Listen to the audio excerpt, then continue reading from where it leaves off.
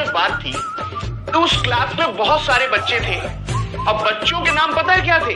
9, 8, 7, 6, 5, 4, 3, 2, 0, 1 ये कुछ स्टूडेंट हुआ करते थे क्लास में। अब हुआ क्या कि 9 को लगता था कि मैं सबसे बड़ा हूं। 9 सबसे बड़ा था भी संख्या के मामले में, तो 9 ने क्या किया, 8 को थप्पड़ मार दिया और कहा, 8 ने कहा मुझको क्यों मार दिया आपने थप्पड़?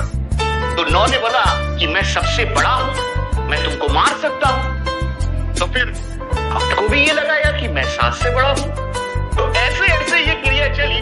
8 को लगा कि मैं 7 से बड़ा हूं, 7 को बड़ा लगा मैं 6 से बड़ा हूं। तो ऐसे ऐसे आपके क्लास के अंदर थप्पड़ों की गूंज गूंजना चालू हो गई। 6 ने 5 को मारा, 4 ने 3 को मारा, 3 ने 2 को मारा, 2 ने 1 को मारा। तो थप्पड़ ही थप्पड़ गूंज रहे थे आपके।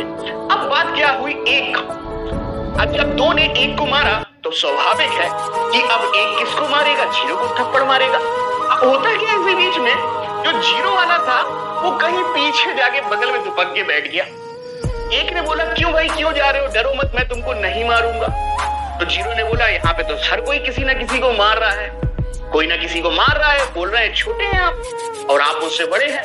तो 1 ने कुछ नहीं बोला, 1 केवल और केवल उसके पास जाके आगे बैठ गया।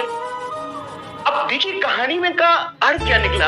अब जैसे ही 1 0 के बगल में बैठा आगे आके, तो वो 0 नहीं रहा, 10 बन गया।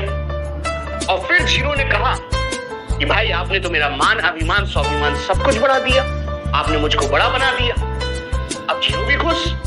तो पलट कर 1 ने उसको आंसर दिया, बड़ा वो नहीं जो अपने आप को बड़ा दिखाए, बड़ा वो नहीं जो अपने आप को बड़ा माने, बड़ा वो है जो दूसरों को बड़ा बना दे, और बड़ा वो है जो लर्निंग ज्ञान को सतत रूप से सीखने का जीवन में प्रतिदिन प्रयास करे।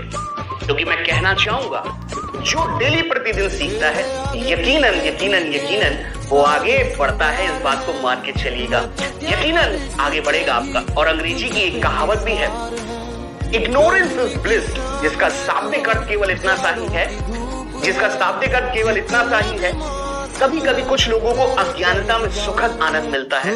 और यानी कि अज्ञानता में सुखद आनंद का अर्थ है कि ज्यादा कुछ नहीं, लेकिन उनको लगता कि बहुत ज्यादा है और अपने आप में ही खुश रहते हैं, लेकिन that is not a good thing. सीखने का, लर्निंग का प्रोसेस प्रतिदिन होना चाहिए, कुछ ना कुछ सीखते रहना चाहिए। यह हल्की सी स्टोरी है, आप सीख